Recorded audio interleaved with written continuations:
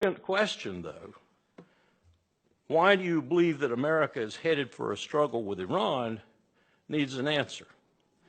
Certainly, America's unquestioning support is required, as has been the case from George W. Bush to Barack Obama to the rapture-seeking Mike Pence and the tweeter-and king Donald Trump. But it seems that recently, Lieberman and Netanyahu and their acolytes in this country, amongst which I put at the top Nikki Haley, have determined that it would be best if American troops also participated in the overthrow of the Tehran regime.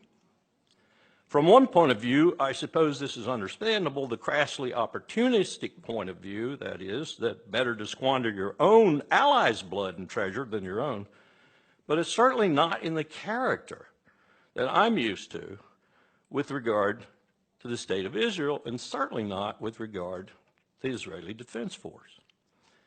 That force could handle anything Iran threw at it militarily is undeniable. Any military professional will tell you that. And that Israel's more than 200 nuclear warheads could decimate Iran is equally undeniable.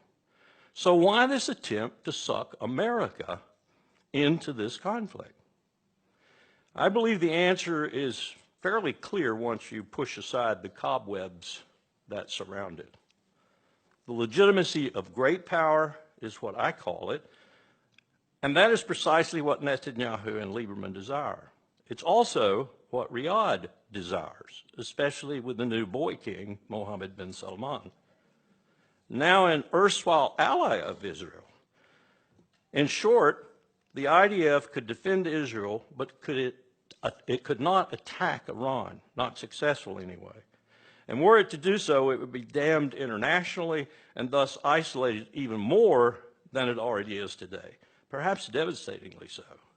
But America, already damned by well more than half the world, polls show at least 4 billion people think we're the #1 threat to their security in the world.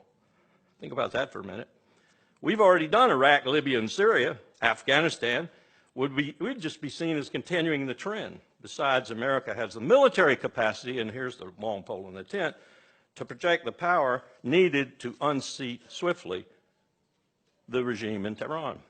Swiftly in terms of Saddam Hussein, for example, not swiftly in terms of taking care of 75 million people, each one of which in a very rugged and strategically deep terrain would want to kill every damned American in the country, along with probably half the rest of the Arabs in the area. So, there's only one significant hang-up that I see with this strategy that Netanyahu and Lieberman are pushing.